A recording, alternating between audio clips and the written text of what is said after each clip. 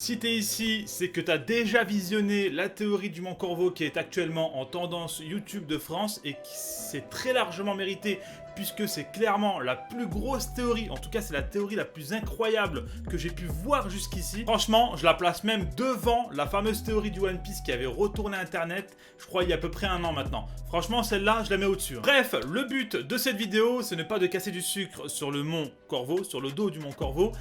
Qu'on les aime ou pas, c'est des youtubeurs qui sont très respectables et respectueux et en plus de ça, très grands fans de l'œuvre One Piece. Donc le but étant de parler justement de leur contenu, donc de leur théorie. Donc j'aimerais donner mon avis sur leur théorie puisque je suis d'accord avec eux, on va dire à 70%, pas à 100% justement. En fait, je suis d'accord avec eux sur le fond, d'accord, sur ce que ça raconte, mais peut-être pas sur la forme.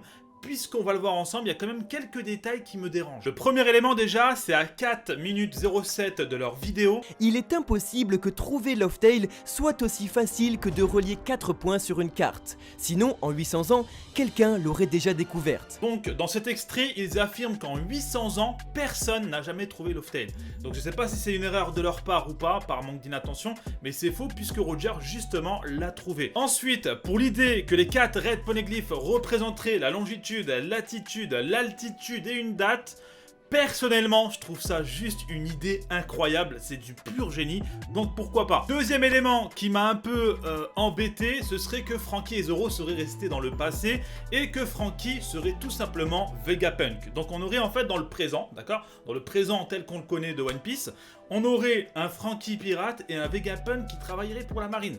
Donc on aurait le même personnage sous deux noms présents dans le présent. Donc il y a un truc qui cloche. Après pour leur défense, on peut dire que finalement Vegapunk, on nous en parle énormément, ou plus ou moins un tout petit peu jusqu'ici, mais on nous en a quand même parlé. Mais alors quel serait l'intérêt pour la marine de s'en vanter justement de lui au présent comme justement s'il était encore vivant? Il y a un truc qui cloche. Troisième élément, le Toki Toki no Mi, donc le fruit qui permet de faire des bonds dans le futur. Donc c'est un fruit qui te permet seulement d'aller dans le futur et non dans le passé.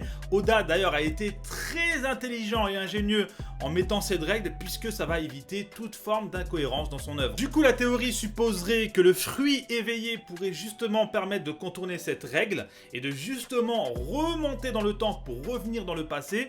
Moi personnellement j'ai un peu de mal avec cette idée là puisque je pense que si Oda s'est pris la tête à mettre une règle sur ce fruit, c'est justement pour ne pas apporter d'incohérence.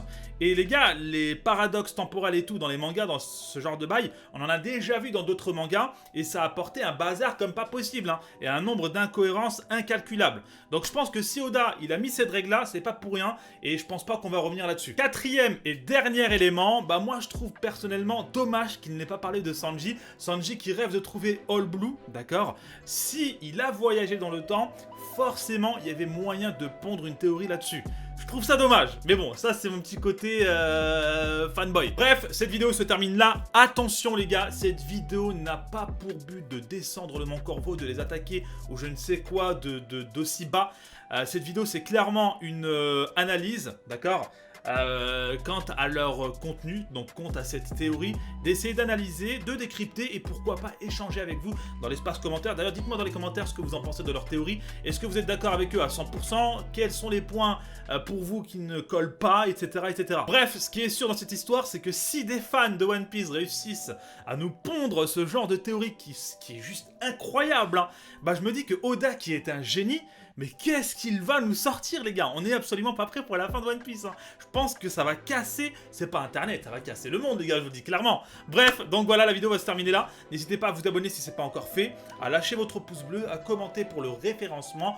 Je vous dis à très bientôt les gars, c'était Roro, peace.